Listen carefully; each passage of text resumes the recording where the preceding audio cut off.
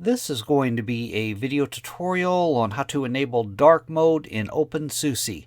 Let me jump over to my desktop here. I am on my desktop now. To enable dark mode in openSUSE, the first thing you want to do is open up Settings. I'm going to go off to the upper right hand corner, up to my little system tray area. I'm going to click in there.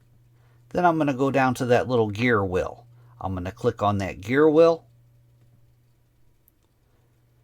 And then on the dialog box that opens here, the pane off to the left hand side, you want to go down and click on Appearance.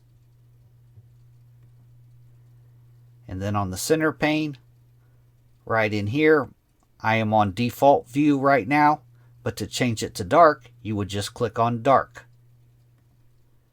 Now I am in dark mode.